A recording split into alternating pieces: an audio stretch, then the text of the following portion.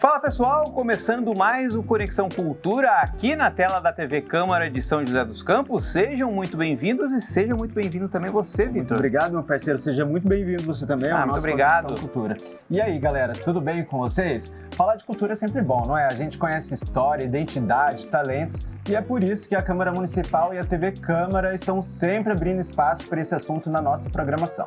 Então, feitas as recepções e apresentações e saudações, vamos te apresentar as atrações que o Conexão Cultura tem hoje e tem muita coisa boa. Hoje a gente recebe aqui no estúdio a artista Júlia Campos, que vai contar uma história de coragem e muita dedicação. Ela criou uma companhia de teatro e botou um espetáculo para rodar por vários estados do país e chegou até a Argentina.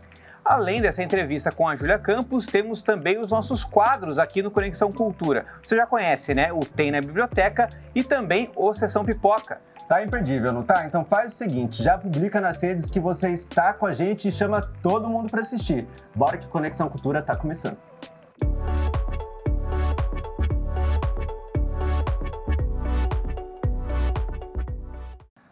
Você pode acompanhar o Conexão Cultura pelo canal 12.3 ou pelo nosso canal no YouTube, @TV Câmara SJC. E agora sim, vamos dar início ao nosso programa, Brunão. Pois é, Vitor. E para isso a gente vai dar as boas-vindas para nossa convidada. Então é um prazer receber você aqui, Júlia.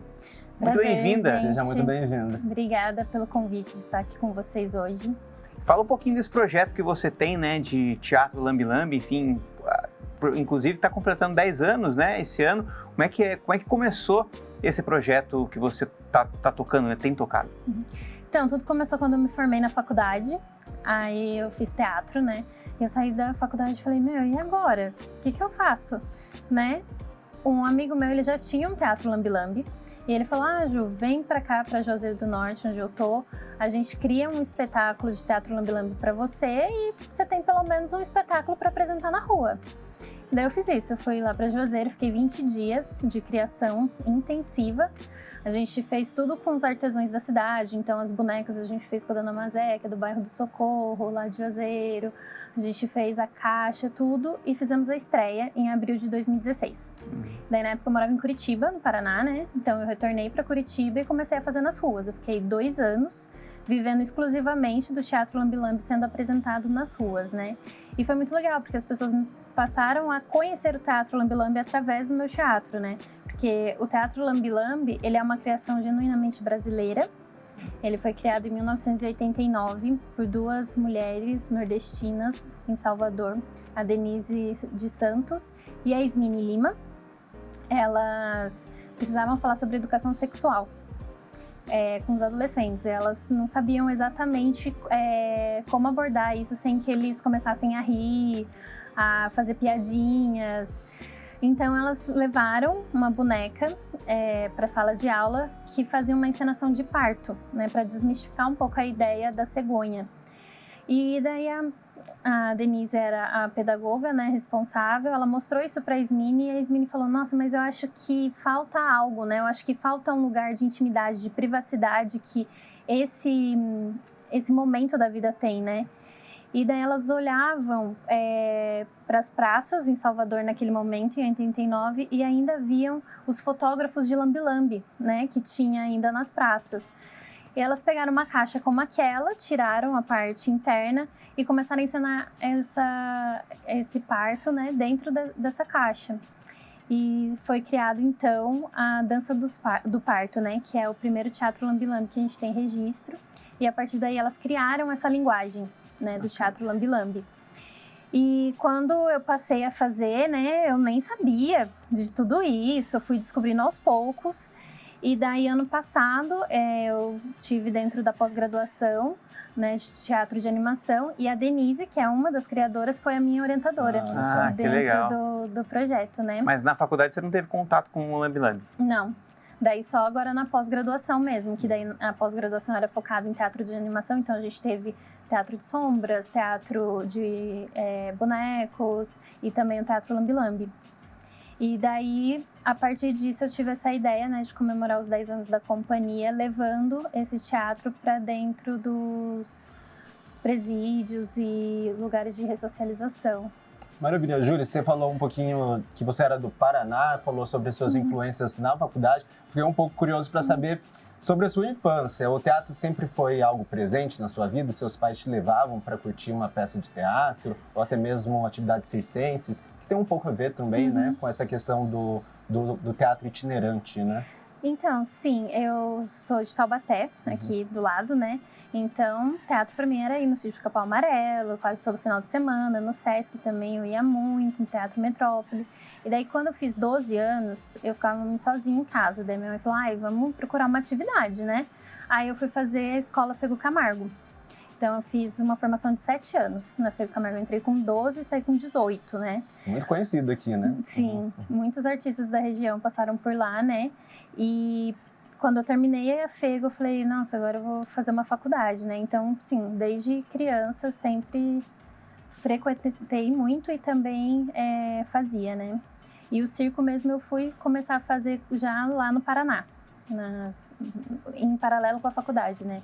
Fazia. Você fez a faculdade lá no Paraná? Isso. Uhum. E aí você falou que não tinha contato com o Lambi Lambi, talvez esse novo formato de arte você acabou conhecendo, nem imaginaria. Você, quando estava fazendo a faculdade, estava pensando em trabalhar em qual área, enfim, focado mais no quê? Então, dentro da faculdade eu pesquisava muito a palhaçaria, né? Então, meu TCC também foi sobre o palhaço, né? Eu ia de palhaça para a rua, e daí a partir do que acontecia na rua eu criei uma cena e fui elaborando. Cheguei a apresentar dentro desse molde do TCC, né? Que pedem dentro da universidade.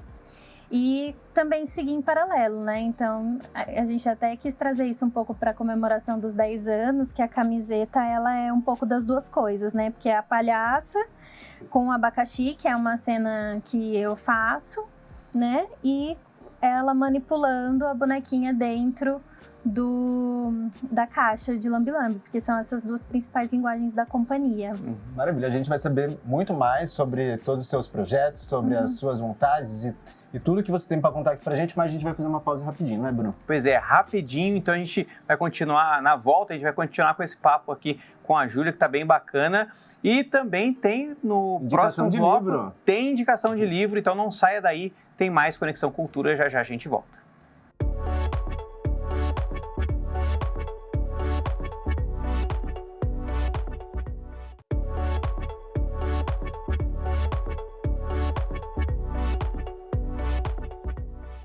Voltamos com Conexão Cultura e diz aí, já abriu um livro hoje? Está em dúvida ou ainda não sabe qual livro ler, Bruno? Pois é, nas bibliotecas públicas aqui de São José dos Campos tem livros de graça para você fazer a sua leitura e toda semana a gente traz aqui, te ajuda a escolher uma opção no meio de tantas possibilidades. É verdade, eu vou lá, escolho um a um, assim, a dedo. E lá na nossa playlist tem várias opções para você curtir também.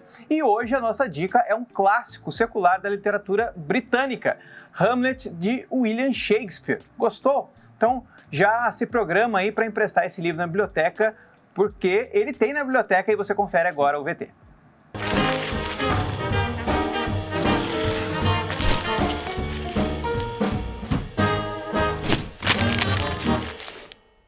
Ser ou não ser, eis a questão. Você provavelmente já ouviu essa frase em algum momento da sua vida. Não é à toa, ela é um ícone, uma referência da cultura global. Mas por trás dessa pequena frase existe uma história de vingança e de busca de poder. Fica aqui comigo porque hoje eu te trouxe Hamlet, uma das obras mais incríveis da cultura literária. E esse livro depois está disponível para você fazer a sua leitura, porque ele também tem na biblioteca. Escrita no início do século XVII por William Shakespeare, a peça conta a história do príncipe Hamlet da Dinamarca. Depois da morte do seu pai, o jovem herdeiro do trono descobre algo perturbador. O antigo rei teria sido assassinado pelo próprio irmão Cláudio, que agora ocupa o trono e se casou com a rainha Gertrudes, mãe de Hamlet. A partir desse momento, o príncipe passa a viver dividido entre a necessidade de vingança e as dúvidas que atormentam a sua consciência.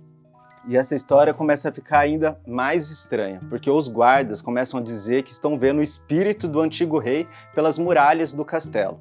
até que Hamlet de fato encontra esse espírito e conclui as suas piores suspeitas. O fantasma revela que foi assassinado por Cláudio enquanto dormia no jardim do castelo. Com isso, Hamlet recebe uma missão: vingar a morte do pai. Mas ao contrário dos heróis tradicionais das histórias de vingança, Hamlet não age imediatamente não. Ele pensa, questiona, duvida e entra em um profundo conflito interior. E é aí que Hamlet se diferencia de tudo, porque o nosso protagonista não é aquele protagonista destemido, que não tem medo de nada, que vai em frente. Ele é o tipo de protagonista que se questiona o tempo todo, se questiona sobre a vida, se questiona sobre a morte, se questiona sobre as próprias ações.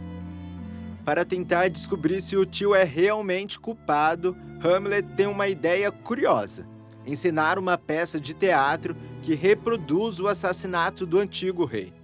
A intenção é observar a reação de Cláudio durante a apresentação. Se ele demonstrar culpa, Hamlet terá a confirmação que procura.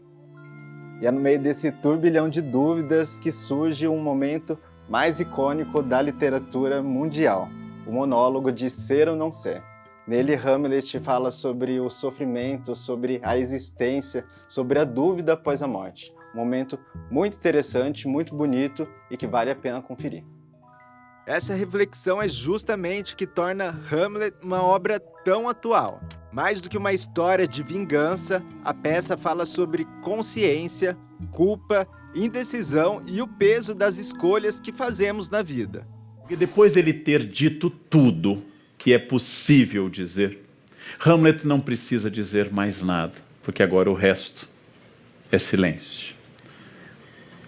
O que Hamlet parece dialogar conosco é que se as dores que nós inventamos, dores financeiras, dores físicas, dores de problemas familiares, fossem o disfarce de uma grande dor maior.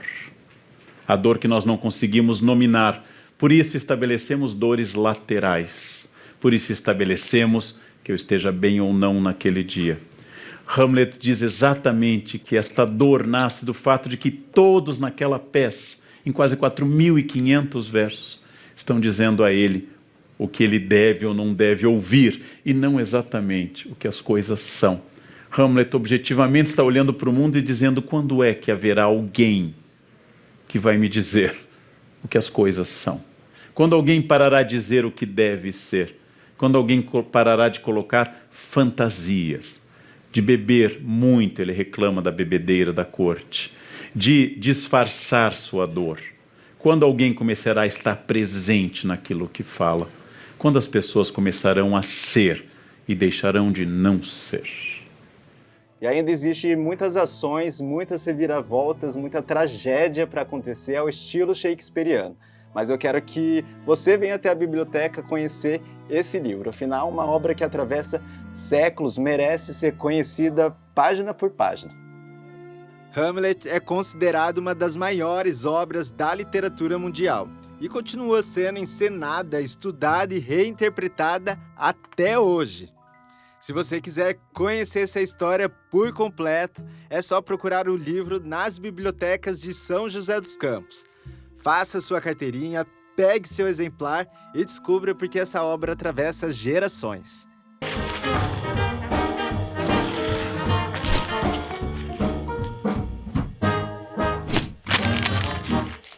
Olha só, muito legal, né? Júlia, a gente viu ali um clássico de William Shakespeare, né? Que era, a gente falou um pouco sobre o teatro itinerante e ele também começou assim, né? Com peças itinerantes. Mas vamos voltar aqui para você, que a gente já falou bastante de William Shakespeare. Quem quiser tá disponível lá na biblioteca, só ir lá buscar o seu exemplar. Teu teatro se chama Companhia Dela Só. Quero saber primeiro de onde veio esse nome e depois eu já deixo uma pergunta. É possível fazer teatro sozinho? Então, surgiu Cia Dela Só porque eu viajava sozinha com o meu teatro Lambi Lambi. Quando eu ia apresentar como palhaça também, apresentava sozinha. Porque com o passar do tempo eu via que era muito dispendioso manter um grupo, né? Porque as pessoas, cada um tinha a sua vida e às vezes tinha muitas pessoas em grupos que eu fazia parte que não tinham a arte como uma renda principal, então acabavam deixando como um hobby, e daí isso gerava alguns conflitos, e daí eu falei assim, tá, legal, gente, vou continuar aqui, mas também vou seguir a minha companhia sozinha, e essa vai ser a minha prioridade, né? Então surgiu um pouco disso, dessa brincadeira. E daí nos últimos 3 anos, né, a gente tá com o Eduardo Amaral também, que faz parte da companhia, na parte de produção, na parte técnica também. Então quando ele entra, a gente ganha muito nessa parte técnica da companhia, né? Porque ele tem um conhecimento mais sobre iluminação, sobre sonoplastia, além das questões de palhaçaria e do circo em geral. Então, foi um ganho muito bom, assim. E daí a gente passou a ser uma dupla. Mas, por enquanto, somos nós, né? E, assim, eu acho que não é possível a gente fazer teatro completamente sozinho, porque a gente depende do público estar ali, né? E tem uma brincadeira que a gente fala que no Teatro Lambi Lambi a casa sempre tá cheia. E você viajando sozinha, né? Porque tem todo uma, não dizer parafernália, mas assim, todo um material para você levar, né? Como é que é também fazer essas viagens, às vezes, muitas vezes sozinha, né? Enfim, para vários lugares, com tudo que você tem que carregar. Eu posso me dar um restinho aqui? E como é que funciona dentro da caixa, né? Que podem ser vários cenários externos, mas tem uma história que está sendo contada ali dentro, né? Como é que funciona? O que acontece quando eu saio para viajar sozinha, eu coloco tudo em uma mala única, então é uma mala bem grande, né? Então, assim, normalmente eu preciso despachar mesmo, mas cabe tudo. Desde a mesinha em que fica, a gente desmonta toda ela, coloca ali, aí o banco é dobrável, tudo fica ali dentro. E ainda nos espaços que sobram eu vou encaixando algumas roupas para eles não ficarem muito sambando assim ali dentro. Para não correr o risco também de chegar lá e tá quebrado e coisas assim. E na parte técnica, né, ali a gente tem um palco giratório que ele passa por fora também, então eu consigo girar aqui do lado de fora. E daí ele tem 3 cenários dentro, contando a história da Antonina Little Star. Bacana, legal. E você também já viajou, por ser itinerante, a gente estava conversando em off, você viajou até para a Argentina, enfim.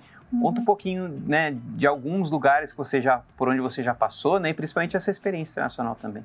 Então, quando eu comecei a fazer, eu comecei a mandar para festivais, ou às vezes, né, fechava com algum grupo de amigos, né, eu fiz uma viagem que foi de Curitiba ao Acre. A gente foi de carro, então eram 4 amigos que tinham uma banda e eu que tinha o Teatro Lambi Lambi. Então nós saímos, fomos parando, foram 2 meses de viagem para ir e voltar. Então a gente ia parando, às vezes combinava com o espaço cultural da cidade. Olha, a gente está passando, né?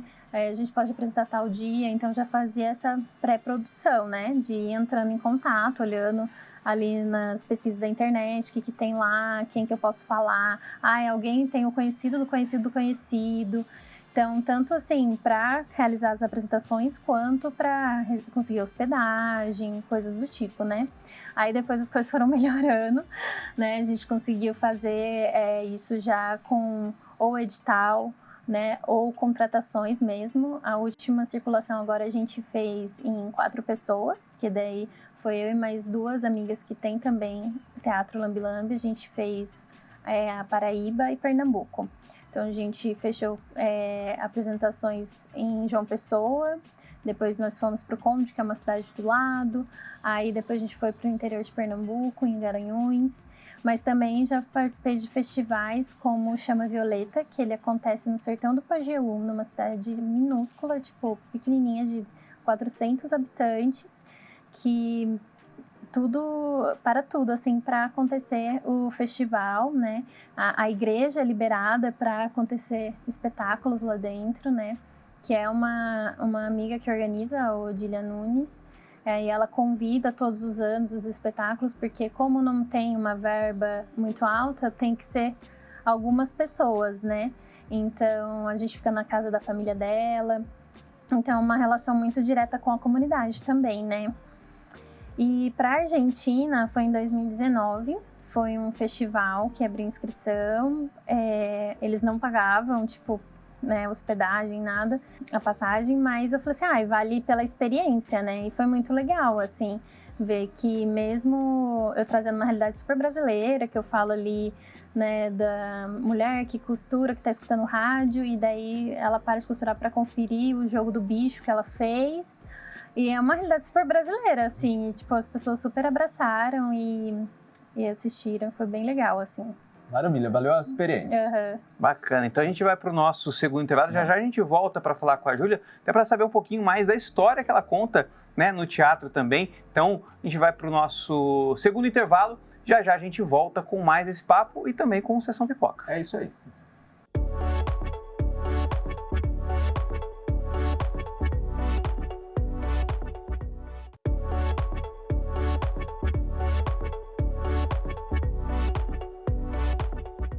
De volta com o último bloco do Conexão Cultura. Bom, a gente já teve dica de um clássico da literatura, agora a gente vai para um clássico do cinema. É isso mesmo, Bruno. Você sabe, deixa eu te fazer uma pergunta. Você sabe quantos filmes existem na franquia Jurassic Park, que é a franquia que a Bruna vai falar? Não sei. Olha só, são 6 filmes divididos em 2 fases, que é o Jurassic Park e o Jurassic World. E tem mais, ó, eles juntos somam mais de 3 décadas de franquia ativa. É impressionante, não é? Pois é, eu só assisti a segunda parte, mas tudo bem. Ficou com medinho da primeira? Não, é porque eu fui só pro Jurassic World.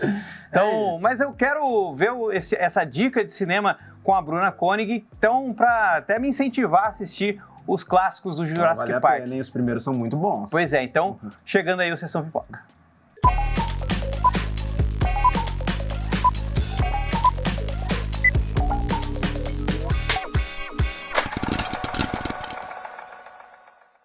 Oi, meus divos, tudo bem? Me diz uma coisa, quem nunca sonhou em ver dinossauros de perto? Aqueles gigantes que a gente só via em livros, filmes... Pois é, eu comecei assim para falar de um clássico do cinema, Jurassic Park. O filme conta a história de um parque temático revolucionário, onde cientistas conseguem trazer dinossauros de volta à vida, a partir do DNA preservado em âmbar. A ideia era criar uma atração segura e incrível, mas como a gente já imagina, nada sai exatamente como planejado. There it is. Welcome to Jurassic Park. We've made living biological attractions so astounding that they'll capture the imagination of the entire planet. The most phenomenal discovery of our time. How'd you do this? Becomes the greatest adventure of all time. A partir daí, a aventura vira pela corrida pela sobrevivência, em meio a cenas de tensão, ação e muita adrenalina. O filme levanta questões importantes sobre os limites da ciência e o poder da natureza. You feel that? Hold on to your butts. A Steven Spielberg film. Fences are failing all over the park. Yeah, that's nice. Gotta go. An adventure. Jurassic Park é daqueles filmes que marcam gerações, efeitos especiais incríveis para a época, trilha sonora icônica e cenas que todo mundo lembra até hoje. Um verdadeiro marco do cinema. I can't get Jurassic Park back online. 65 million years in the making.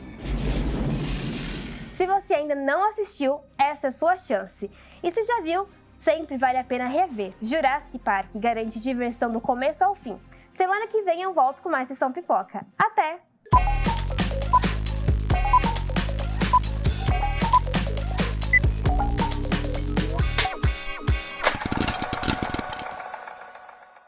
Depois dessa dica de cinema, a gente volta para a última parte do nosso bate-papo com a Júlia Campos, que está aqui falando sobre a jornada dela nesse ambiente do teatro, de itinerante. Você falou no último bloco sobre trabalho com edital. E aí eu fiquei numa curiosidade. A diferença de você fazer um trabalho na raça e a diferença de fazer um trabalho com edital, assim, porque eu acho que nesse espaço aqui da TV Câmara é importante a gente falar sobre como apoio de financiamento público é importante para os artistas, né, para fazer o projeto sair do papel.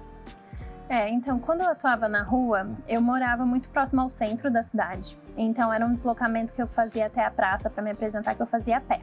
Então, eu não tinha um gasto, né, não fazia um investimento ali. Então, o que viesse... Almoçou, era lucro. Colocou a roupinha, foi ali na praça. Exato. Era lucro, né? Porque eu tinha essa situação confortável de estar próxima a esse local. Mas, quando você tem um edital, você consegue ir mais longe de uma forma confortável e digna de trabalho, né? Porque na rua, muitas vezes, eu recebia um valor que era simbólico, né? Daí, às vezes, final de semana eu conseguia ir mais longe, negociava com alguns lugares para, de repente, pagar o meu transporte, eu chegar lá e passar o chapéu, conseguir fazer um chapéu melhor. Só que você nunca tem certeza de nada. Se choveu, já não dá para ir fazer. Você trabalha com materiais que ali são delicados, né? Sim, e se tá muito frio, se tá muito... Tudo isso influencia para se vai ter público, se não vai ter público, né? Às vezes a energia do dia não tá legal, você vai lá, passa o chapéu, dá pouco. Ou às vezes a apresentação foi incrível, mas aí você vai passar o chapéu, a galera... vai embora. Então, assim, são muitas nuances, né? Eu acho que a rua, ela é uma escola pro artista, porque um artista que faz rua, ele consegue se adaptar muito facilmente aos outros lugares. Mas quando você tem um edital público, você está garantindo a dignidade daquele trabalho, né? Hoje a gente conseguiu fazer esse trabalho dentro das penitenciárias aqui da região, graças a um edital público de cultura, né? Que possibilitou tanto o nosso transporte, tanto as nossas despesas, porque muita gente não sabe, mas nós artistas a gente tem que ter CNPJ, né? E o CNPJ, ele tem uma despesa, né? Para você mantê-lo, né? Então, assim, você tem essa despesa e receber o seu próprio cachê, né? E você ir fazer o trabalho com a satisfação de que você já tem o seu valor garantido e o que vier ali de experiência é para somar, né? Então, acho que isso é muito importante. Eu acho que a gente consegue estar mais tranquilo, calmo, quando a gente chega num lugar em que você tem um teto em cima da sua cabeça, você tem uma temperatura controlada, se começar a chover do nada, você não vai ter que catar suas coisas e sair correndo, né? Tem o público já tá ali te esperando, já sabe que você vai vir, já tá aberto a te receber, né? Por mais que fosse um lugar também não muito comum, né? A receptividade que a gente teve das pessoas que assistiram foi, assim, incrível, né? Porque a gente teve também dentro do hospital de custódia, que é o hospital psiquiátrico, né, também. E eles falaram uma coisa pra gente que, assim, vale tudo, né? Que eles falaram, olha, vocês são as nossas únicas visitas. Porque muitos não recebem as visitas das famílias ali dentro, né? E a gente sabe que, vão ter muitos julgamentos sociais, mas a gente entende que nós não temos que estar ali para isso, né? E que as pessoas que estão ali, elas perderam o direito à liberdade, mas elas não perderam o direito de acesso à cultura, à educação e ao lazer. Ainda continua dentro da Constituição, todos merecem, né? Exatamente. É isso. A gente termina com essa mensagem bacana da Júlia. Queria ouvir mais. Pois é, a gente vai pode trazer a Júlia aqui mais em outras oportunidades, né? Exatamente, para ela até trazer também a caixa, apresentar um pouquinho do Teatro Lambi Lambi pra gente. Verdade, fiquei curioso para saber, dar uma olhadinha ali por dentro. Pois é, então, a Júlia está convidada a voltar. Muito obrigado, Júlia, pela conversa com a gente. E na semana que vem a gente volta com mais o Conexão Cultura, certo? Sabe o que eu lembrei nessa conversa toda que a gente teve? Daqueles monóculos, você lembra? Rafa, coloca aí pra galera ver depois, que a gente vai colocar o olhinho assim, ó, e viu uma imagem. É isso. Uma experiência bacana também, né? Pois é. Então, para você que tem a oportunidade de assistir o Teatro Lambi Lambi, assista se você encontrar com a Júlia aí em alguns festivais, valorize, ou na rua mesmo. Não só exatamente. Ela, como os outros que estão na rua. Exatamente, porque o artista de rua tem vez aqui no Conexão Cultura. E na semana que vem a gente volta com mais o Conexão Cultura. É isso. Tchau, tchau. Tchau.